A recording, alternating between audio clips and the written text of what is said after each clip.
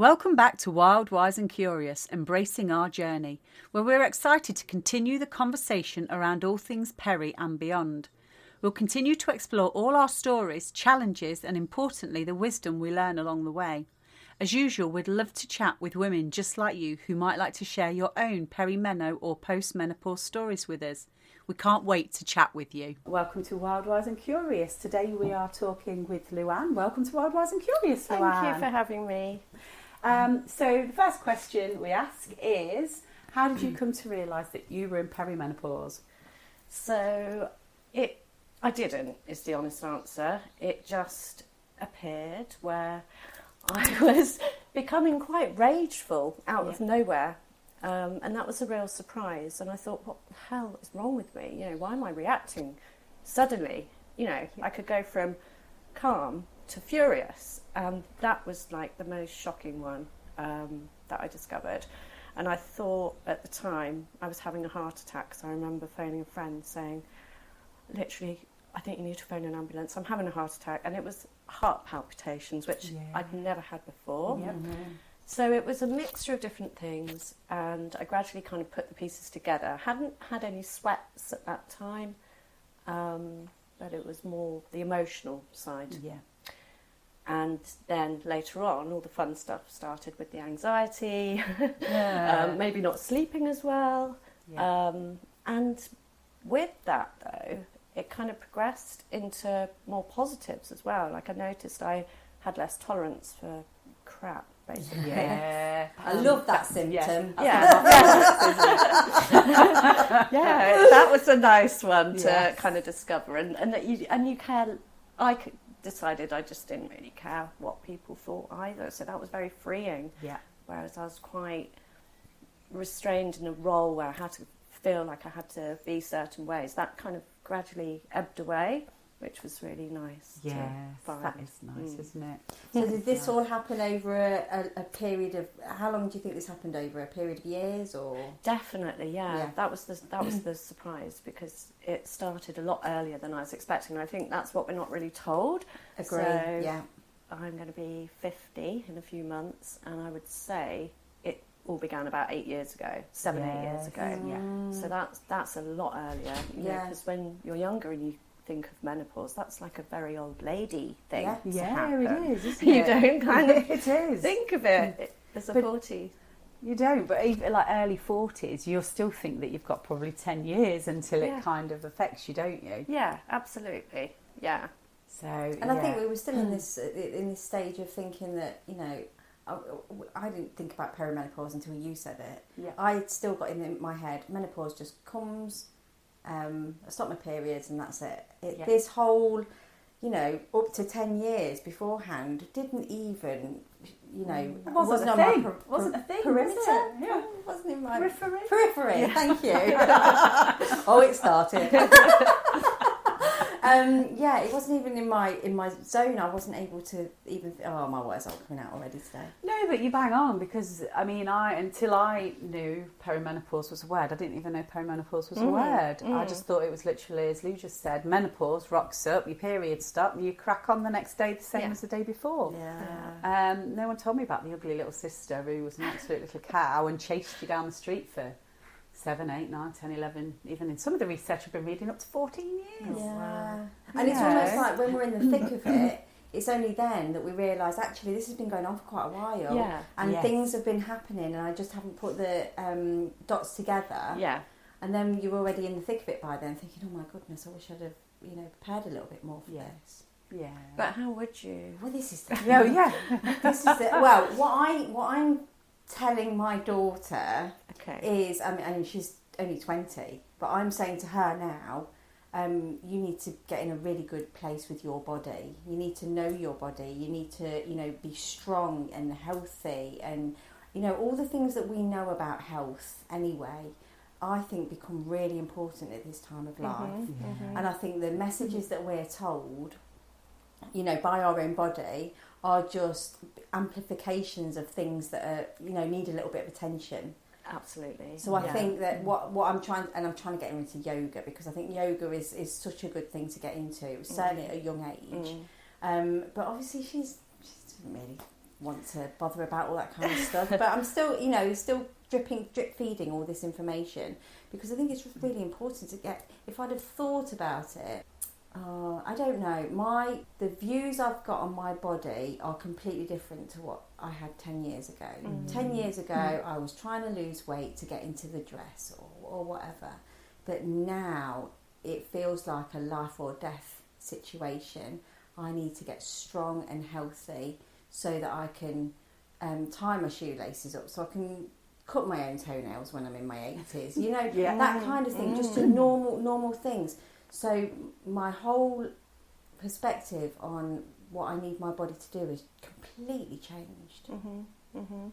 Yeah, that makes a lot of sense, and I think it's something that, like you say, you don't think about in the run up, but what a difference that could really make. And again, mentally as well, with things like Alzheimer's. You're reading a book on that at the moment. Yeah, putting in the foundations kind of as perimenopause begins is critical to protect your brain later on. Yeah.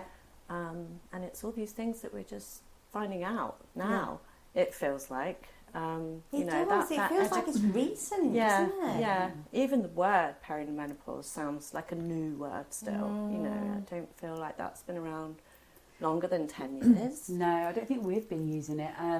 Some of the research I've been doing said that it was first coined in the 60s, but it hasn't really been used. It's kind of like was just a word that meant the bit before menopause. So there's no masses of research behind it. It's just that some man, sometime, said that this is the term for the run-up. Interestingly. I always think the word menopause is really interesting anyway, because it's not a pause, is it? No. Menopause. Yeah. It's not. Yeah. It's not a ceasing of the menses. No, it does completely stop, but I feel like we need a new word. Yeah. That's a project, isn't it? We that need is a new project. word. A happier one. Yeah. Like a Less transitional. Yeah. Something really like transitional. a rite of passage. Yeah. That's going a bit Clarissa Pinkola Estes. But I will always go a little bit Clarissa Pinkola Estes. She wrote an amazing book called Women Who Run with the Wolves. I don't know if I've you've got read it. Yeah, I haven't actually read it. Yeah, it's on my bookshelf. It's with its friends that are yet to be open, but I've got an extremely plan. tatty version somewhere. I couldn't tell you where it is. Oh, there it is, look. Sorry, pointing to an extremely tatty copy of the book that I bought when I was 17 from a charity shop. Oh, wow. Oh, I know. I didn't read it then. I didn't read it until more recently. But it's nice. It's nice to sort of reframe, like you were saying, Lou. Let's reframe this time because we can. Because why not change the way things are done? Because if by doing that, disrupting things a little bit and creating a little bit of something different, I think it just makes it a little bit more magical and a bit more exciting the next 50 years. I think we've moved on now from the we need to fight through everything. We need to persevere and with everything as we do in our culture. Yep. I think it almost feels like it's our generation that are having this kind of new thoughts on this time of life and what this means and what we can do. So what kind of stuff were you doing then, Luanne, to kind of help with this transition? I think just having the conversations, like you say, makes such a difference and makes it less isolating. And the presence of social media now is amazing for that, bringing people together to discuss it, and just thinking about that. Renaming it. I don't know if you've heard the Japanese word Konenki, I think. Yes, meaning the renewal years, which is such a nice way of looking at it. I like that. How do you pronounce it? I always thought it was Konenki, but maybe right. it is. No, I have no idea. I've just seen it, read the meaning, and thought, that's nice. I like it. Yeah, definitely, and it just makes it feel like something to look forward to. Which I really like the sound of. And I think you're supposed to be 75% more creative at this time, but no one tells us that. No. It's that more makes sense. So obviously you've got that space. Your kids are, if you've got them, are more likely to be older. You're coming to a different side of your career, maybe, and it just frees up that real personal time to kind of reflect internally. you know, you look at the world differently. It's just a really interesting time, I think. It is. You're absolutely right. I do. We were talking about this earlier. Yeah. I feel like I completely look at the world differently to what I did 20 years ago. Yeah. 10 years ago even. And that's part of the journey, isn't it, of getting, I guess, to being where we are now. I was thinking about this the other day about, I think, is it almost like we need to journey through the highs and lows to get to, say, 50, because we're all, you know, there or thereabouts. Yeah. You know, with the tools that we've got then in our bag, including the struggly bits like the anxiety, the panic attacks, the not so nice things, it's almost like going through those and coming out the other side kind of equips you like for the second half of life.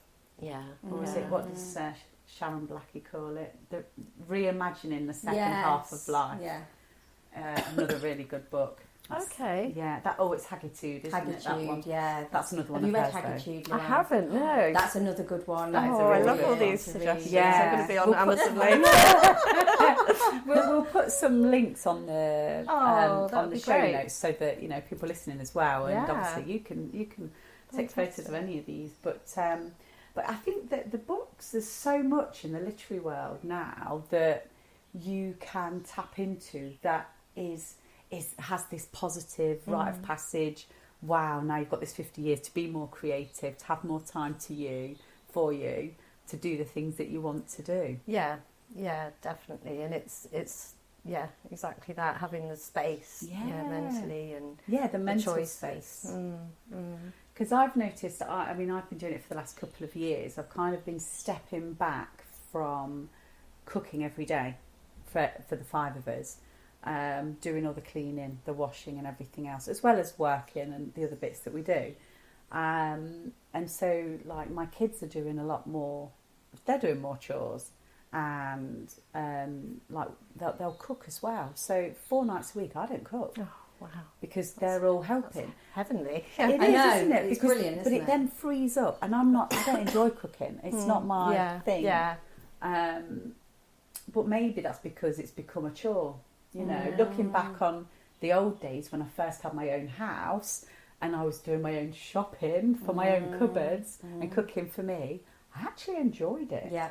But I think time and repetition and boredom. Why do they have to eat every day? Yeah. Why do I have to feed these people? Yeah. Who are these people demanding food? Yeah, and different food, and not liking what you Yeah, cook, and then exactly. you know, it's several meals a day. You know, several meals a session. You know, one doesn't like this, one doesn't like that. Do you think you'll find that you now really enjoy cooking then, once the routine's gone and the necessity of it's taken away? Maybe if it was a special meal and I had loads of time. Yeah. But at the moment, I feel like I'm swamped, but with good stuff, with good things. And I think cooking is one of those things for me that I don't think I've ever really, you know, I've got one friend in particular who absolutely loves it. So even if you just rock up for a snack, it is presented like something in a Michelin restaurant. It's I've got friends fabulous. like that. I am not like that. I am not like that. I've just not got the cooking gene. No. Yeah, I've not many skills in that department at all. It is very basic in our house. My poor children have got very basic food, but because I'm not a great cook. No, I'm the same. My sister's the opposite. There can be nothing in the cupboard and she'll be able to whip up like a delicious, nourishing food. Whereas, I don't have that gene. Yeah. No. Oh, that's good. We're in good company. None of us have that gene.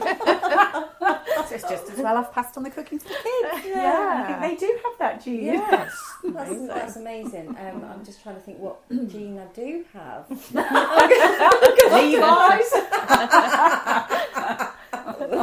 I can clean. What chore gene do you have? I don't think I have any chore genes. Have any of you seen the Bridget Christie, The Change on TV? V. Have you seen that? Oh, the episodes that Yes. was on. Yeah. Yes. Yes. Have you seen it? No, I haven't. Oh, so I won't give too much away, and it's worth watching because it's kind of a bit of a positive portrayal again on this time.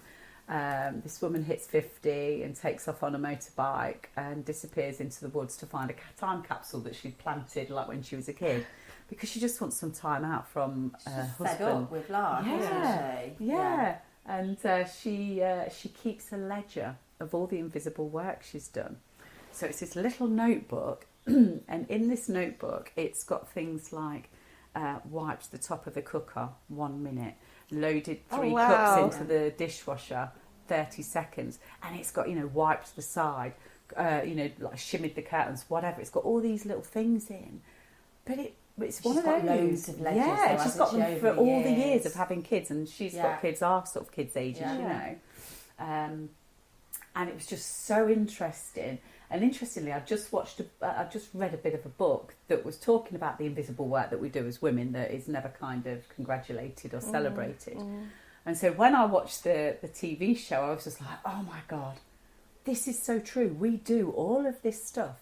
Like, we have a test, and we might have mentioned this on the podcast before. I said to you, didn't I? Where I will leave something on the stairs and see how long it takes for someone to take it up. Yeah. People will fall over it before they take it up. Yeah.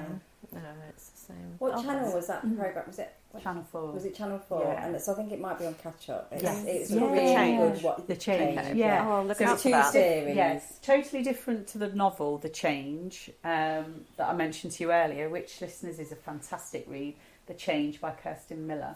But that's the novel. The TV show is The Change by a lady called Bridget Christie. Okay. She wrote it, directed it, and is the leading role in it. Oh, amazing. It Yeah, sounds she's really good. good. 'Cause Yeah. It is invisible work that we have to do.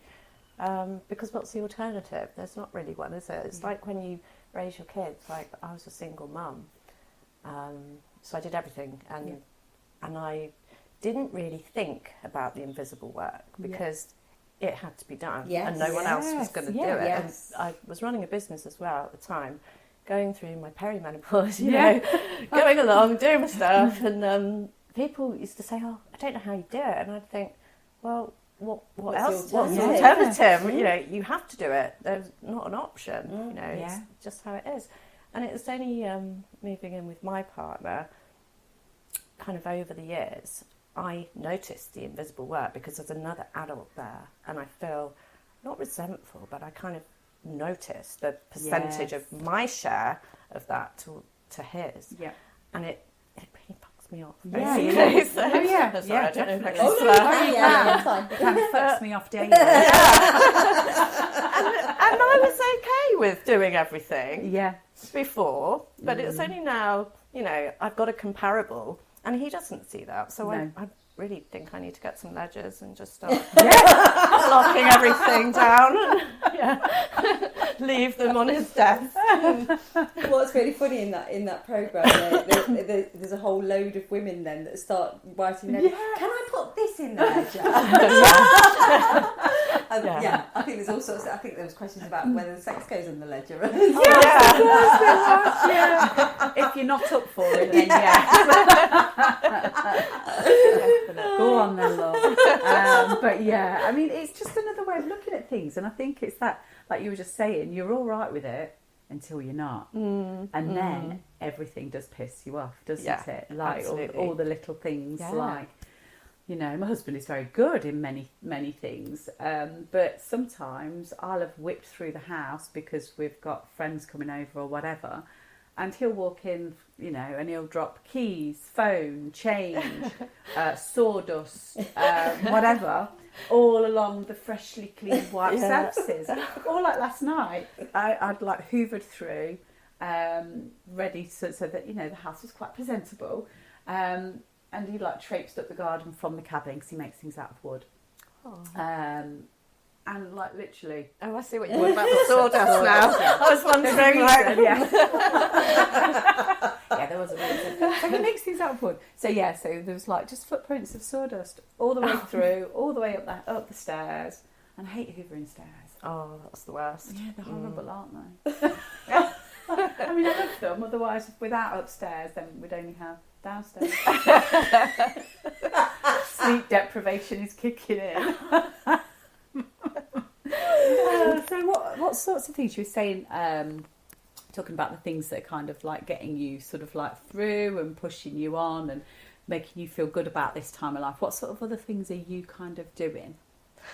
I think, like you mentioned, looking after your health, diet's the key one, and exercise. And I've never really been one for weights, but I know that that's critical, you know, to sort of ward off osteo. I've got what you've got now. I can't talk. Osteoporosis, which is, I saw some horrible stats the other day about if something like 70% of women are likely to get it unless you're doing all these weight-bearing things, which, I mean, I don't know about you guys, but I don't do that. I'm happy to do Pilates or yoga. I walk the dog. Occasionally that will become a little jog, and then it's back to a walk. But the actual thing of making yourself lift weights for me is a struggle, but it's one I really want to try and work on this year and introduce it, because I can really, appreciate the benefits, and I don't want to look back in 20 years with fragile joints and bones and think, why didn't I just do that? So diet is really key, and being kinder to myself, because I was always running at like 100 miles an hour, doing everything. Like I said, it wasn't so much a choice, I had to. And I noticed at this time I was feeling almost guilty for stopping and relaxing, sitting down, maybe watching telly. Like, these were things I didn't really do. I was working a lot, doing stuff with the girls or the clubs. So now, like, they're older and I have got this time, I'm really finding it fascinating how my brain is talking to me and going, you shouldn't be doing that, you need to do some work, or who do you think you are, relaxing and taking time out. You've got this mental list of things that you should be doing. So I'm being kinder, and I'm sort of telling that voice to bugger off, and I'm learning to kind of work with my kind of mental health as well as my physical health, to just try and bring the two together more and enjoy things more. And that does excite me. It's kind of like getting to know myself again. Yes. And it is like a rebirth of sorts. It's just a funny time that, it's nice to have these conversations and talk these things through. What about you guys? What have you found? Well, I'm the same as you. I mean, for me, it's all been, this year feels like I need to really work on my physical health. I feel like I've been working on my mental health for quite a while. Doing a lot of healing and a lot of growth, but whilst I've been doing that, my physical hasn't been doing so well. So I need to bring that in now. So it feels like now I need to do that a bit more. But much like you really. But I feel like I've got the time now, and also I know myself a bit more. I know myself better, and I know what I want to have in my life. And I think I'm following those things more now. So I'm trying to make things, things that I enjoy, I'm trying to make them more of my life. I can't get my words out. More of your life. More in my life regularly. So like this month has been my 50th. And I plan to do loads. Thank you. I've made it. This week. I know. I've done lots of little things. I've met lots of different groups of friends, and gone out for meals and done lots of exciting things. And I thought, this month has been so much fun, so I need to do that more. All the stuff that I've been doing, I just need to do that more. My bank balance won't enjoy that, but whatever. But it's following those things that bring you joy, isn't it? I think that's the key for me, really. And also trying to get, but also what I'm trying to do is, without thinking that I've got to go to the gym, because just the thought of going to the gym is just making me have palpitations. So like this morning on my dog walk, so I've increased my dog walk now. It was 45 minutes, I'm doing it an hour. I'm trying to make it a 5k route, But on that walk, I'm very conscious of all the steps. So I'm running down the steps, I'm running up the steps. And all that kind of stuff. And I'm really being very conscious of my posture whilst I'm walking. And whilst I'm walking, I'm doing some, just basic arm stretches and all that kind of stuff, and moving my head side to side. And I thought, actually, this is doable.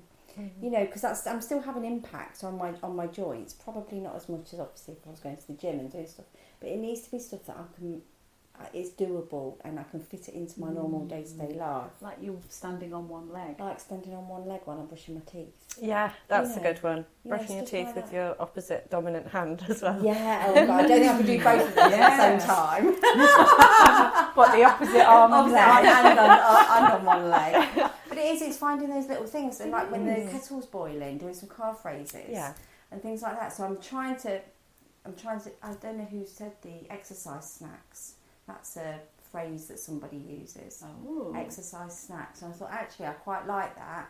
So while I'm doing something else, I'll just do a little bit of, calf raises or something, or something like that. It makes total sense to do it that way, doesn't it? Because then you just implementing it in your daily routine. So as you go along, you've already done the exercise, haven't you? And doing small nuggets all the way through. Because I just keep thinking back to our ancestors that were just so busy all day out in the fields, and they weren't thinking about, I need to go and do my exercise, because it was part of their lives. So I'm just trying to incorporate it all into my life more now.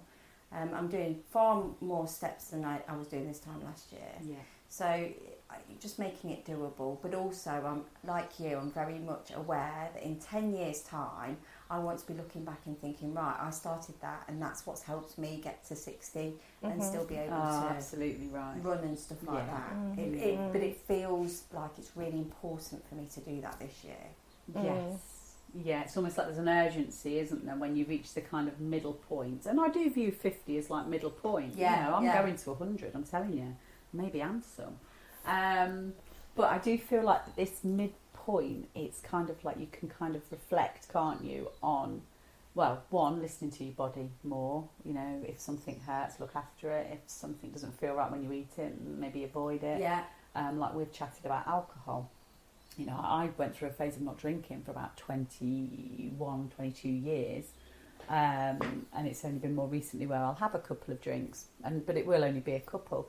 But we were even saying, weren't we, that the way we feel even after one or two, it's almost like not worth it to have it, because obviously, I'm trying to reintegrate it to my system. Why? Yeah, exactly. So, but it's just kind of paying attention more, isn't it, to the things that work for you and the things that don't work for you.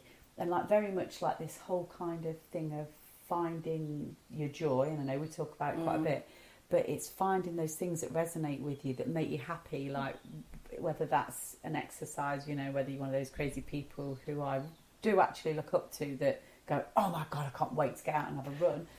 Or you're a person who wants to sit in a nice cosy corner in the house and read a really great book, or you want to go out and meet friends and have a coffee, or go to a festival, whatever it is, or paint, whatever it is. But finding those things that makes your heart happy, I don't know, I feel like that time, and I think you touched on it, Luanne, about that bit in the middle where you kind of like, ooh, it's the things that you want to do and not the things that you don't want to do. Yeah. Knocking them on the head. Just filling your cup with all the good stuff. Yeah. Life is life, so there are going to be ups and downs, but I think you mentioned this, Lou, in a previous episode. If you can fill your cup up to the top, or as far up as you can get it with the good stuff, then when there are wobbles, or when things happen in life, because life's life, like I say, your cup's still pretty full. Whereas if you're not filling your cup, and then something shitty happens somewhere along the lines, whether it's a health issue, or something happens to someone, whatever that might look like, then you're already depleted. So if it's topped up and you're making sure that you're looking after yourself by doing your good stuff that makes you happy, I don't know, just kind of makes the journey a lot easier, doesn't it? Yeah. But much like you were saying earlier, Luanne, you've got less tolerance for bullshit anymore. Yeah. I think our bodies are more heightened to all the crap now. That's how I feel. So I've got less tolerance for bullshit, but I've also got less tolerance for things like alcohol or really bad food. Or, you know, I feel like my thermometer has kind of, barometer has kind of upped its game a little bit. And like, your thermometer. Oh my God. Good one. Especially at night time. I still haven't had that flush. So yeah, I think it's just being more sensitive. I feel like it's more sensitive now to everything, so I'm listening to it more, and I suppose that comes with intuition and stuff as well. Yeah. Do you think you listen to it more now? Absolutely.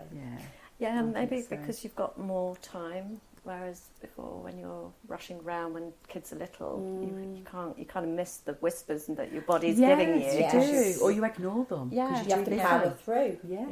Yeah, that's a really good point, actually. That is a really good point, because you do miss things, don't you? And if you're poorly, you don't rest, do you? Because you've got kids to feed, homes to change. It's just, you know, and then school trips, to, you know, or even just taking school them to emails. School. Yeah, oh God, school emails. Oh, who writes those? But I suppose that it did feel like rest was a luxury. Didn't it? You know, whereas now it's become actually. Really important to know that you need to rest. But I think it's only been in later years that I've been able to vocalise that. So now I will happily say, and I know you do, Lou, you'll just take yourself off, won't you, and say to the family, no, I'm having some time out.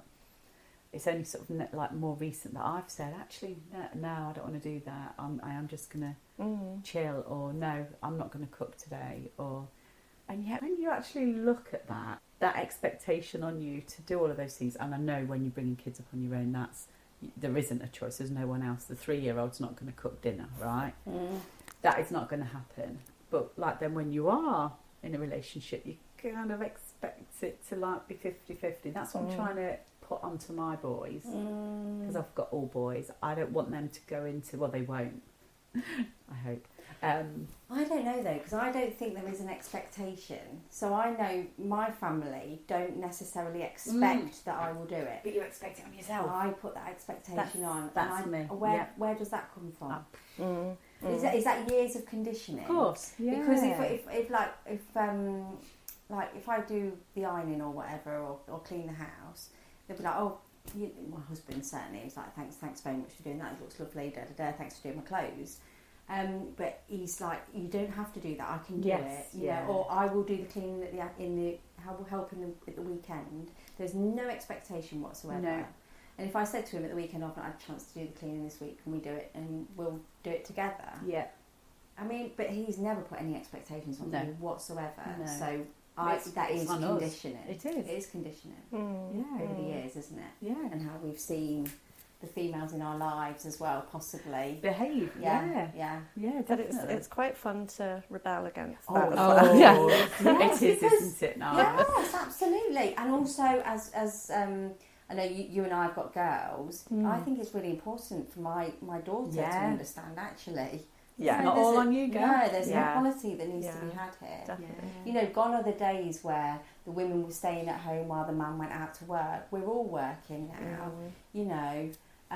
So it needs to be equal. It does. Yeah. It does. It's funny. And you're right, because the expectation does fall on us. Because I remember, like, I was at home for a few years when my eldest two were small, and like the house would always be a shithole at the end of the day. You've both got kids, you know what it's like. Every single toy's out. Yeah. There's crayons, there's paints, there's Play-Doh, whatever. And I'd always try to sort of neaten everything up a little bit before Tom came home from work. Yeah. I mean, I've always been a bit of a rebel, so I don't really know where this domestication bit came in. And sometimes I'd say, oh God, you know, I really wanted to get tidy. And they'd be like, why? They're only going to create the same tomorrow. What's the point in tidying up? Just leave it. It's like so the you're 1950s housewife kind of deal, isn't it? And yet I always looked at my younger self as a bit of a rebel. I like to push buttons and I like to go and, you know, sort of, I don't know, shape the narrative a little bit. But then it was weird how I just fell into being a mum and looking after the kids and looking after the house and making sure everyone's fed. It's funny, isn't it? Yeah, it is when you look at it like that, because it's not always inherited either. No. So it must just be, as you say, just conditioning and media and just roles. Yeah. I think the media representation's probably got a massive part to play in it. Yeah. How everyone's like shown on TV. And if you're not doing it, then there's something wrong with you. Yeah, it's almost like this is the way it is. I've said before that I feel like there is an expectation that we need to be, really good at cooking, cleaning, all the domestic chores, whilst looking presentable, whilst being able to decorate and make a house look homely, go to work as well. Yeah, collect the kids from school, and be a nurse, teacher, and all the things that the kids need as well. No wonder we're all positive. I'm positive. Yeah, smile. Yeah, smile. Yeah. There's a lot. You know, when you look at all of that, I mean, that's just a crazy workload. It's just not realistic, is it? I've often thought about, when you meet somebody for the first time, I really try not to now do so what do you do? Yeah. Because what do you do? There's so many what things. Don't you do is probably a quicker answer. And I'm like, well, how do I want to present myself? If I meet somebody the first time, what do I want them to know about me? And I'm like, I don't think I don't want to go through all of my jobs and who I am and all that. It's a weird thing to do, isn't it? Yeah. But then is that a conditioning thing as well? Because certainly when I used to work for the newspaper, that was like people would say the first thing would be, after what your name is, where do you work? Yeah, what do you do? But it's like that status thing, isn't it? Yeah. It then is a way of being able to put you in a box as to, you do that, so you are this person. Yeah. Where are you in the pecking order of things? Yeah. And like, I'm just a housewife. Yeah. Nobody's just a housewife. No. Even housewife. Oh my gosh, I'm just dissecting everything. If only I was just married to my house, then they wouldn't expect anything. Maybe a bit of upkeep. Oh my gosh, I love that. But yeah, I mean, you can digress so much, can't you? Because when you look at it though, we do all of these things, don't we? And I think coming back to what you were saying about the no bullshit, it's not sort of, not putting up with the bullshit anymore. I think it all becomes a bit more apparent at this time in life. Yeah. I think my daughters are older now and they've got a theory that I'm now bipolar. Oh, okay. No, it's called menopause. Yes. That's what it is. It doesn't have to be categorised into, an actual disorder. Yes.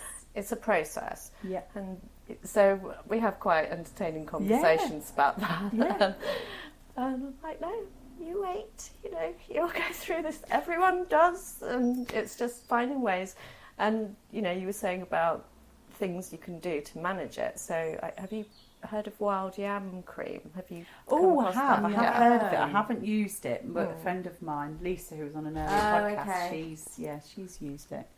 So night, I find as well, like nourishing oils, that's all I want to put on my skin at night and things like that. So I've noticed skincare and that kind of thing, and self-care as well has become a priority more than it used to be, which is nice. And like you were saying, just having time, taking time out, I mean, that feels like the biggest luxury to me ever, whereas before that would have been so underrated. I'd have rather gone out to the pub or something, but now, oh my God, time out on my own to just do the nice things, or not do anything.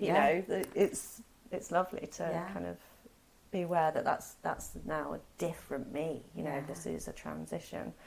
So it must be quite interesting for our partners as well. I mean, I know they have their own andropause kind of thing, but it must be really quite hard to support during this time and kind of not knowing what stage we're at. It must be really quite hard to navigate, isn't it? from our partner's perspective. Yeah, it must, you know, and I do appreciate, you know, I appreciate my partner, you know, my husband, but it's also bloody hard for us. Why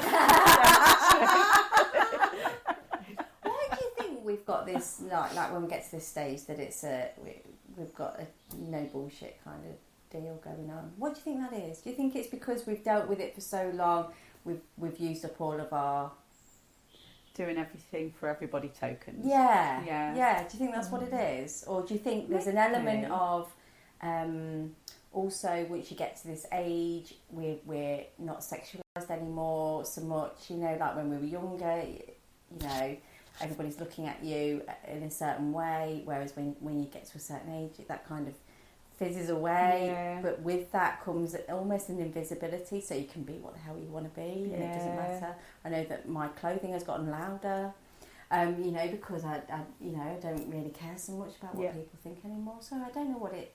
And I think time becomes more precious, so you're very wary of, you know, what you allocate it to and who. Yes. Yeah. I think you're right.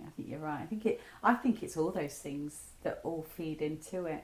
And I can't even say when I started to give less of a shit about things. I don't even know when that happened, because I've always wanted to be the people pleaser. I've always wanted to bring people together. I've always been the one that's had the family all over and the friends all over and the kids' friends all over, and that used to drive me crazy. But I was, you know, and it still does, you know, the sleepovers and kids throwing oranges at my walls at 4 o'clock in the morning. But I've always been the parent that's done all of those things. But now I still do those things for the boys, you know. But I do feel differently about doing certain things. Like, for example, I used to look after everybody's dogs. When all my family would go on holiday, and there was probably about 5 dogs, I'd look after my parents' dogs, my in-laws' dogs, my brother's dogs, neighbour's dog, I don't know, everyone's dogs. And sometimes they'd all come at once. But I didn't enjoy it, because I was also working, looking after my kids and doing all the other things, but I didn't dare say no. And then all of a sudden I did. And I felt awful, particularly for my parents, because they do a lot for me. But I just didn't want 5 dogs running in and bringing all the mud in out of the garden and trashing the house and then expecting to sleep on my bed and all of that. I just didn't want it anymore. And I think that, about 4 years ago, was the first time that I actually went, I can't do this anymore, so I'm just going to have to stop. Because I think someone just said to me, well, just say no. Yeah. And I was like, say no. Just, can I do that? It's bizarre, it's isn't it? weird. And then I think something goes, if I can say no to having the dogs, I can say no to other things as well. But I think also when you start saying no, or pushing back a little bit, or just having boundaries, I think that then gives everyone else permission to do the same. Yeah, it does. And I think that's quite magical, because then you start to see the ripples. And then, so however you receive it. So say, for example, you said to me, oh, I'm not doing that thing. And I was like, yeah, that's no problem at all. And that's received really well. Yeah. That's a really good interaction. And then you can take that forward into another interaction. Yeah, do you know what I mean? right. And I think it has ripples then. Yeah, it does. It does. I like that. They're good little lessons. Yeah. Yeah. Ripples. Yeah. Ripples. So I have stopped taking HRT today. Have you? Yeah, my last patch is gone. Okay. So I dwindled down. I've dwindled down. So I started taking it 8 months ago. Okay. I started, before that I started on tablets and they didn't agree with me, so I just completely came off. And then I took a dip and I went on to patches. And I've made the decision to come off because I'm doing lots of things to try and make myself well. And I wanted to see whether I would be able to do it without the HRT. So for this past month I've done it on half dose. Okay. So I'm going to come off a bit gradually. That's a good idea. And then, today's my first HRT date free. Wow, this would be really good to it's a good monitor. Yeah, it feels like it's an experiment. Yeah, yeah. So I'm journaling every day to see how I'm feeling, and hopefully I'll be able to monitor that. But it feels like a good move for me. Yeah. I mean, And I've also left it open, so if it doesn't work, I can just go back on it. Yeah. But actually, I feel like I'm doing lots of good things to make me feel well. Whether it was the HRT masking that, I don't know. It's tricky, Lou. It's tricky, isn't it? You know, because like we've said before, all these things come at like, you know, midlife and perimenopause, menopause, complex stuff, older parents, kids growing up, a bit more time, a bit less time. Yeah. There's so many routes to us all getting to our midlife and experiencing perimenopause. But I know, I mean, I'm intrigued to see how it goes. Yeah. Yeah, teas are a good one. Lots of nice sage idea. tea and red clover. Those kinds of ones are really balancing. Okay, that's a good idea. Because I do want to try and come off my coffee in the morning, because I do have a coffee in the morning as soon as I get up. And I feel like that's counterintuitive. So I do want to try and... I do drink a lot of just fruit teas. But perhaps that's a really good call, actually. Try and supplement with some herbal teas. Yeah. It's so interesting, and I always sit on this thing with, because I'm on HRT, and I've always, like Lou has as well, no, I wouldn't even say like paracetamol for things, and I've always been quite like anti-taking anything. But then because I had such a really scary experience with my mental health, like anxiety, panic attacks, irrational thoughts and all that sort of thing, I went on to HRT and found that, you know, nothing really touched the sides until I introduced testosterone, and then things started to get loads better. Yeah. But I'm also aware it was in the middle of COVID, so we were all locked up. So so many things play into it, don't they? So I totally get why you're doing it, and I have this little want in me that I kind of want to try, because I want to see what my life looks like without, but equally I'm scared and I don't want to go back to that anxiety and panic and stuff like that. That's completely understandable. But I totally get totally get it. And yeah, I'm not ever saying never. Just need to put my big brave boots on. Well, no, not at all. I mean, if and when the time is right for you, and maybe this will be quite a good experiment, won't it? Definitely. Just watching how I go through things and what. But again, we're all very different, so it's having the tools in your toolbox, isn't it? And everyone's got to do what they can for themselves with the tools they've got. Yeah. So the journaling's a really good idea to kind of see how you're feeling day to day. Yes. What's worked, what hasn't. Yeah, that's my plan. And it is literally, I'm just trying to eat cleaner, drink plenty of water, move more. I'm sleeping quite well anyway. My worry is that's the thing that's going to get affected first, because that's one of the reasons why I went on to HRT in the first place. But my sleep's really good at the moment, so I'm just hoping that if I can keep all those basic things on a level, then I should be okay. And so I'll be starting uni in September, so I feel like this is a really really good time for me to. I've got a couple of months to kind of get myself into a really good space before I start uni, and then it's a really And also, you're looking at it with more knowledge, more wisdom, because you've been going through it for X amount of years, so you know what to look out for. You're not kind of stabbing in the dark going, oh my god, what's this that's happening to me? You'll go, this will be the fact that my progesterone's low, or my estrogen's out of sync, or whatever. So you're not going in blind. So if you feel a dip and you're journaling and everything else, then you can see what it is. Whereas I think for a lot of people that don't know that perimenopause is a thing and are just expecting our periods to stop and then, carry on the next day, they've not got that beauty of knowing that it's even a thing, Whereas you can kind of go, right, okay, I know how I feel with this, I know how I feel without this. I think it's been really interesting. And you're right, you've got a nice wedge of time now. Yeah. And I can work my diary around it, which in itself I think is really quite what was good. That? What do you call it? The where you work in your cycle. Yeah. Working in your cycle. Working with your cycle. Yeah, 'cause we've had a few women on talking about doing that, sort of like working within their cycle. So they know that, you know, in certain weeks of the month, they're going to be a lot more proactive and productive and like chatty, and other times they, you know, and they're going to be really quiet and not be interested in doing things or seeing people. So they've been kind of like booking in the big things or the weekends away and all the rest of it when they're feeling all up for it, and then having a bit more quiet time on the weeks that they know. It makes so much sense. I wish I'd known about all that. that. It's really hard to do that in this time of life, because as well that your cycles are so erratic. Yeah, they are. So that's the only other thing.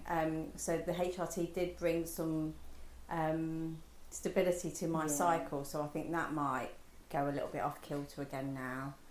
But the way I'm seeing it is like I've just turned 50. If all goes well, it will end in 51, 52. Yeah. If I'm following the general pattern of general population. Yeah. So it's not that long really. And there are quite a few things that you can take, natural things as well, to balance and support you during this time. And, you know, they're just easy to have, like you said. You've got your toolkit and you've got those bits in there. And have you heard of Australian bushflower remedies? No, I don't think I have. No. So they're quite good to have a look at, because from a mental aspect as well, they've got despair, worry, fear. Are they a bit like back flower remedies? Yes, they're very similar. Yeah. And you just have a few drops. Okay. And when you come to studying, you know, if you've had some time out and you're going into it and maybe got a bit of, oh, can I do this? Yeah. I can't think of the word. But yeah, they're really nice and supportive for those sorts of things to kind of carry you through. And you can even, you know, just put some in your water bottle or something like that. That's a really good call, idea. actually, because I need to tap into stuff like that to support this, because I want it to be effective. I want to, you know, get through this. So that's a really good call. That is. Thank you, Luanne. Anything else? Yeah. So there's Agnus casters, which is a lovely natural herb. That's very kind of balancing for your cycle. Not to be taken whilst you're actually on your period, but the rest of the month you can. But it's quite powerful, so I'd probably not want to bring that in straight away as you're coming off, but not regularly, but maybe a couple each week. So not every day to start off with, but maybe 3 times a week. And that will really help to put things into a natural flow of your cycle rather than the HRT one. So that will help to level. And then there's seed cycling, which you've probably heard of. Yes. Yeah, so that's really nice. So easy to do. Just get 4 jars. Yeah. And you've got for the follicular first 2 weeks of your cycle. It's pumpkin and linseed, and then for the second 2 it's sesame and sunflower. Okay. And all you need is a tablespoon, and you can, you know, just stick that in your breakfast, you know, whether it's yogurt or sprinkle it on salads. You can grind them up and just work them in, you know, so you know that for the first 2 weeks you're having a tablespoon of those each morning, and then for the last 2 weeks you'll need tea, or you've got the other 2. Yeah. And that's really nice and balancing. Okay. And then the other teas that... So how did you come into all of the natural side? I've always been really into it, really. I've, you know, like, my friends weren't, but I've always kind of been like this. And my mother was kind of the same. Yeah. Yeah, so I'd be making really weird smoothies with like bee pollen in and spirulina and all this stuff, and like, come on, kids, let's like, no. So I'd be like the weird mum, like they'd bring their friends round. I'd be like, come on, have yours, have the spinach, you know you want it, and the kids would be like, hey, can't we just have fish fingers? So it's something I've always had an interest in, and I've always used oils. I used to do aromatherapy. And I really like the healing aspect of food and supporting yourself and what you kind of instinctively go for, you know, and plants, and they're very powerful, and, you know, they're amazing. So I studied nutrition, naturopathic nutrition.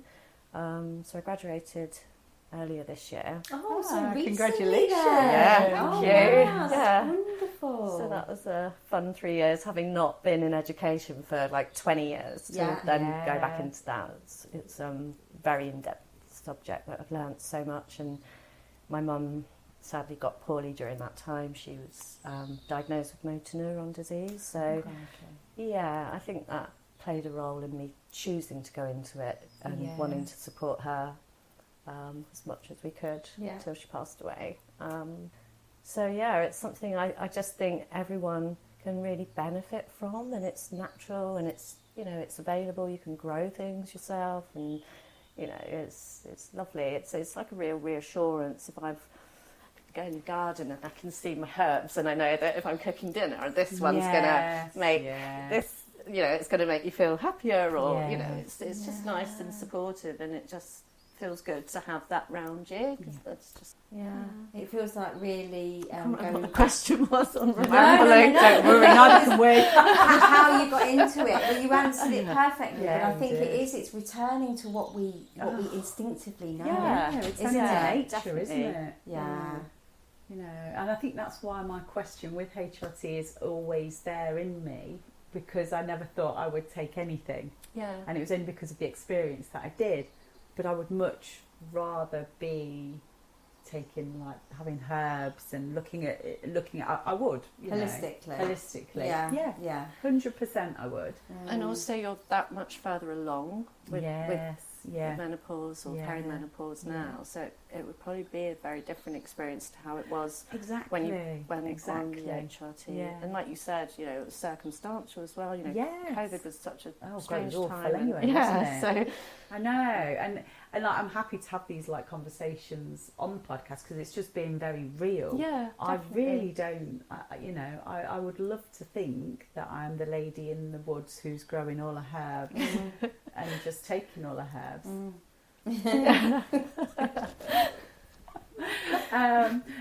But I just, so it is there. It is a thing that has floated around in my brain for definitely the last couple, I don't know, maybe a couple of years. I don't know. And I think that is down to the fact that I've never done anything.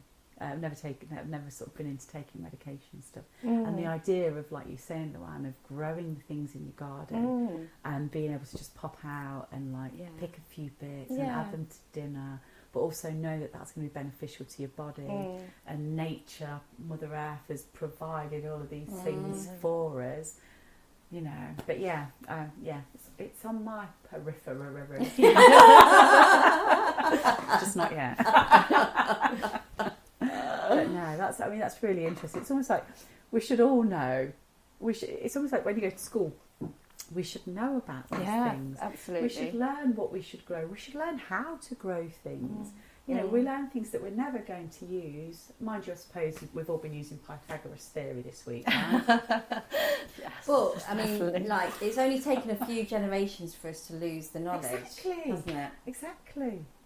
But I think women specifically, possibly. I don't know. Am I generalising because I'm a woman?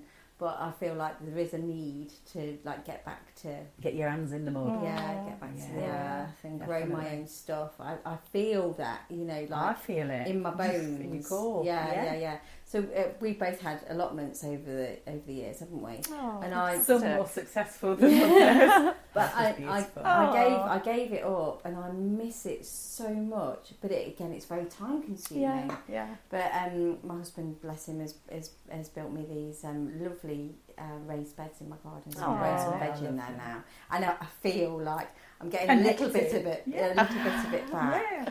Back to the practicing again, isn't it? Yeah. Practicing for when we have lots of time and we can be growing all our own. It's lovely. So I love that you're growing the herbs and you've done the course. I mean, but that's another amazing thing, isn't it, about reaching this kind of like midlife where we go, oh, actually, do you know what? I want to retrain. Or I want to do something different, but having the confidence to say, you know what, I'm just gonna do it. Yeah, I'm just gonna do it. And if, so what if somebody goes, oh, what are you doing that for? Are you bonkers? But that's a really deep, in-depth course that you've done for 3 years. Yeah, Isn't it? and I like that my girls saw me go through that, and they were very Yes. encouraging and very proud and supportive, because there were times where it was bloody hard and I wanted to quit, and I was working as well, so raising the family, doing all the jobs, so it that doesn't stop just because I decided to study. That's still gonna go on. Additional, isn't it? Yeah, but it was, like you say, having the confidence to kind of take stock, and that happened after COVID. I thought, I don't want to go back to what I was doing. I want to change, and I want to do something that's more fitting to the person I am now, not the job that it was a company I'd started about 17 years ago when my eldest was little, because I could be at the swings and run the business on my phone. But you have to, don't you? You have to work around your family. But then I outgrew that, and I think it just makes sense at this age to, embrace what you want to do. Why waste time doing something that doesn't interest you, or that you don't, have any passion for anymore? It feels like you're cheating yourself almost. So that's how I allowed myself to go and study, by kind of looking at it like that, and also wanting to help people. And the course is amazing because in the final year you get to see clients excuse me, in clinic, and they come back to you about 4-6 weeks later after they followed your plan, which will be dietary, lifestyle, supplements, and then any testing that they need as well. So looking at hormones or gut or, all these things. And they come back and they come bouncing in the room, most of them, and you ask them what their symptoms are, and they'll be like, well, they've all gone. And that, we'd all be like, what? Are you sure? Oh my God. It really works. So it was amazing. And it's, it's such a great kind of thing to be in, and I think it ties in with, like we were saying about wanting to look after our health more, and most of the clients that I've seen to date are this age.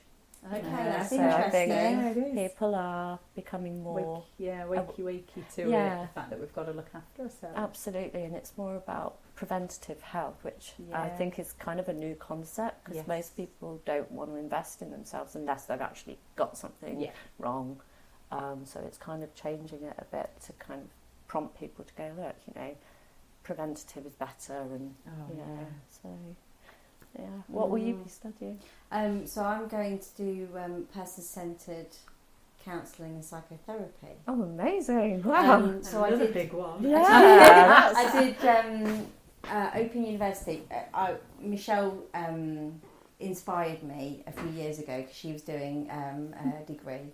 And we just happened to be talking, and I was like, oh, that's amazing that she's doing that. And then after a while, I was like, perhaps I could do that. So I did psychology with the OU, and I finished that last year. Oh, fantastic. And I didn't think I'd do that. And the fact that I did was amazing. And the fact that I did it all, and we went through COVID, I went through job change, looking after the family.